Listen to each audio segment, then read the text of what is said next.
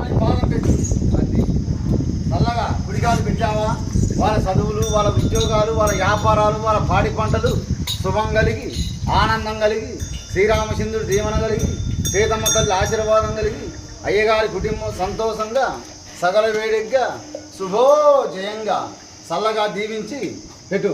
అయ్యగారి గుమ్మం మీనంట కుడికాలంట పెట్టి చల్లగా దీవించిపోవాలా. అది చల్లడికి పాదం పెట్టావా బసవన్న, పెట్టు. అయ్యగారికి నమస్కారం పెట్టు. నమస్కారం పెట్టి పెట్టు.